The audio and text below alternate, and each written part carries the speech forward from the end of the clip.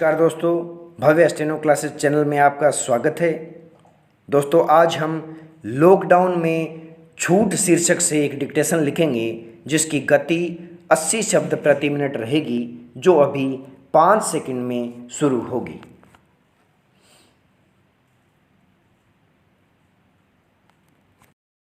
लिखिए, लॉकडाउन में छूट।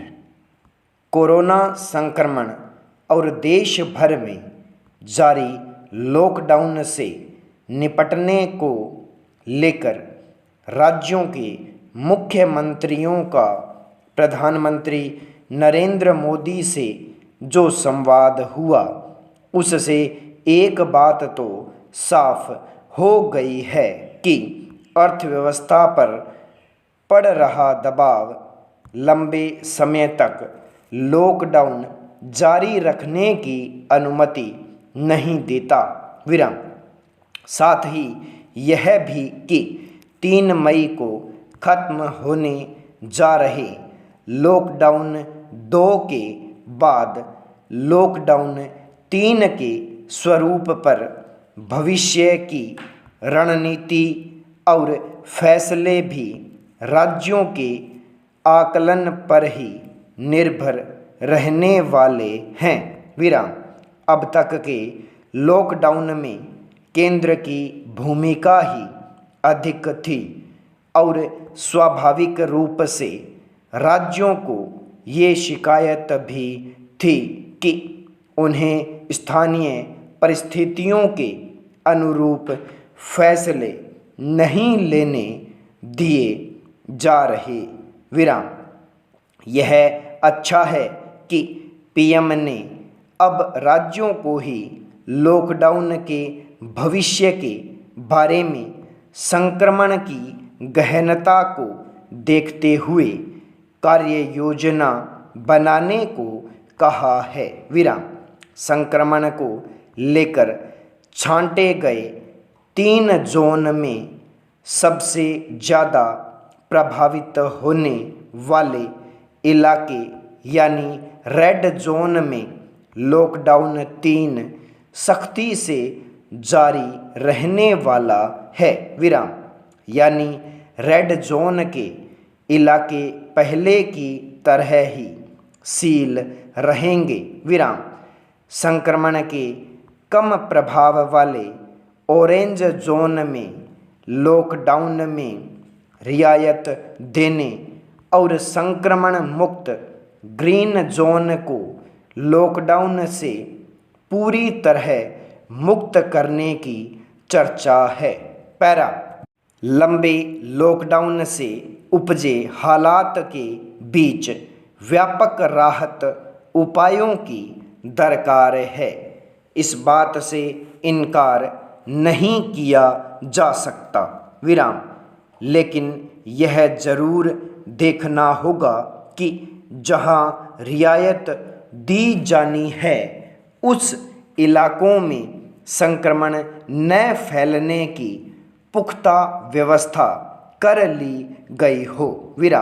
क्योंकि जरा सी लापरवाही से ग्रीन जोन के ऑरेंज जोन में और ऑरेंज जोन के रेड जोन में बदलने का खतरा बना रहेगा।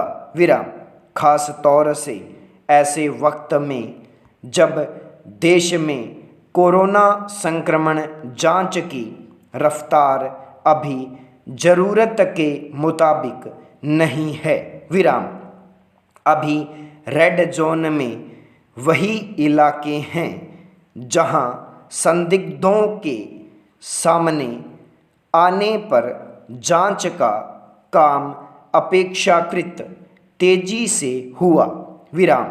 ऐसी आशंका अब भी है। जांच के अभाव में कई इलाकों में संदिग्धों का हमें पता ही नहीं हो।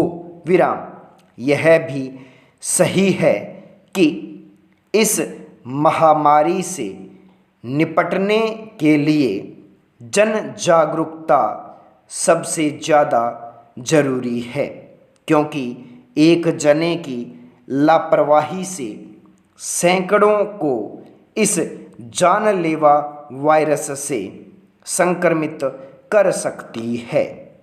विराम। हालात पर काबू किए बिना किसी भी तरह की छूट से कहीं लेने के देने नहीं पड़ जाएं, इस आशंका का भी जेहन में रखना होगा। विराम। ठप हुए सिस्टम को पटरी पर लाना भी हमारी प्राथमिकता होनी चाहिए। विराम। इसलिए राज्यों को लॉकडाउन में छूट देने की कार्य योजना सोच समझकर बनानी होगी। विराम। खास तौर से एक जोन से दूसरे जोन में आवागमन की अनुमति देते वक्त। विराम। विमान और रेल सेवा को तो फिलहाल रद्द रखना ही ठीक जान पड़ता है। विराम। लंबे लॉकडाउन में बेरोजगार होने वाले और घरों तक नहीं पहुंच पाने वालों को राहत देना भी प्राथमिकता होनी चाहिए। विराम। सबसे बड़ी ज़रूरत चिकित्सा सेवाओं को कोरोना संक्रमण के उपचार के लिहाज से और प्रभावी करने की है। विराम। क्योंकि जांच के बिना संक्रमण बढ़ने का खतरा हमेशा बना रहेगा।